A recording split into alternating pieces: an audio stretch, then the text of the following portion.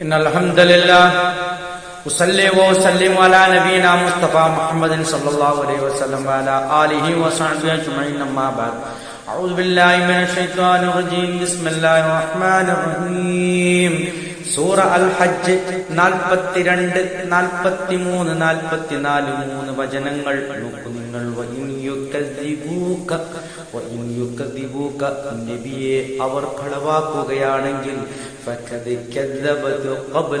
അവർക്ക് മുമ്പുള്ളവരും കളവാക്കിയിരുന്നു. ആ മക്കയിലുള്ള അല്ലെങ്കിൽ മദീനയിലുള്ള ആ അറബി മുശ്രിക്കുകളും അതുപോലെ യഹൂദ ക്രൈസ്തവരും കളവാക്കിയിട്ടുണ്ടെങ്കിൽ നബിയെ താങ്കൾ അറിയണം, അവർക്ക് മുമ്പുള്ളവരും കളവാക്കിയിട്ടുണ്ട്. ആരൊക്കെയാണ് അവർ? നൂഹ് നബി അലൈഹിസ്സലാമിന്റെ ജനത കളവാക്കിയിട്ടുണ്ട്.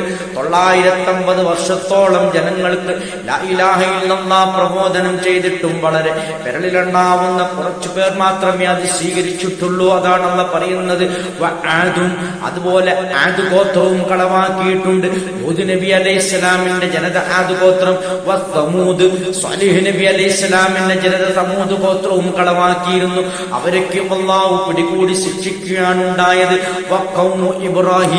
ഇബ്രാഹിം നബി അലൈഹിസ്സലാമിന്റെ ജനതയും മുമ്പ് കളവാക്കിയിട്ടുണ്ട്. ലൂത്ത് നബി അലൈഹിസ്സലാമിന്റെ ജനതയും കളവാക്കിയിട്ടുണ്ട്. അല്ലാഹു സുബ്ഹാനഹു വ തആല ആ ജനങ്ങളുടെ പേരൊക്കെ എണ്ണി പറയുകയാണ്. അതിനുശേഷം അല്ലാഹു പറയുന്നു, അസ്ഹാബു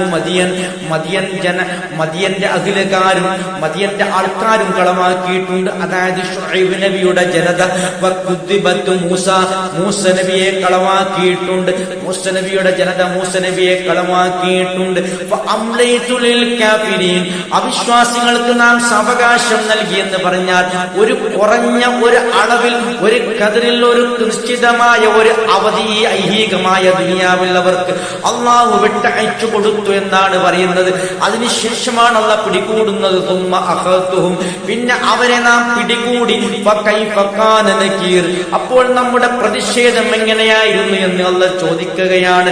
എങ്ങനെയായിരുന്നു എന്റെ പ്രതികാര നടപടി എന്ന് അല്ലാഹ് ചോദിക്കുകയാണ്. അതിനെങ്ങനെയുണ്ടായിരുന്നു? കാരണം ഇവർ മാത്രമല്ല, ഇവർക്ക് മുമ്പ് പല സമുദായങ്ങളും പല ജനതകളും പല സംഘങ്ങളും കളവാക്കിയിട്ടുണ്ട്. അവരൊക്കെ അല്ലാഹു സുബ്ഹാനഹു വ തആല അതികഠിനമായി പിടികൂടി ശിക്ഷിക്കാനുണ്ടായത് എന്നുള്ള ഒരു ശക്തമായ താക്കീതും മുന്നറിയിപ്പുമാണ് മക്കത്തെ ആ മുശ്രിക്കുകൾക്ക് അല്ലാഹ് നൽകുന്നത്. ആഖിറു ദഅവാനാ അൽഹംദുലില്ലാഹി റബ്ബിൽ ആലമീൻ.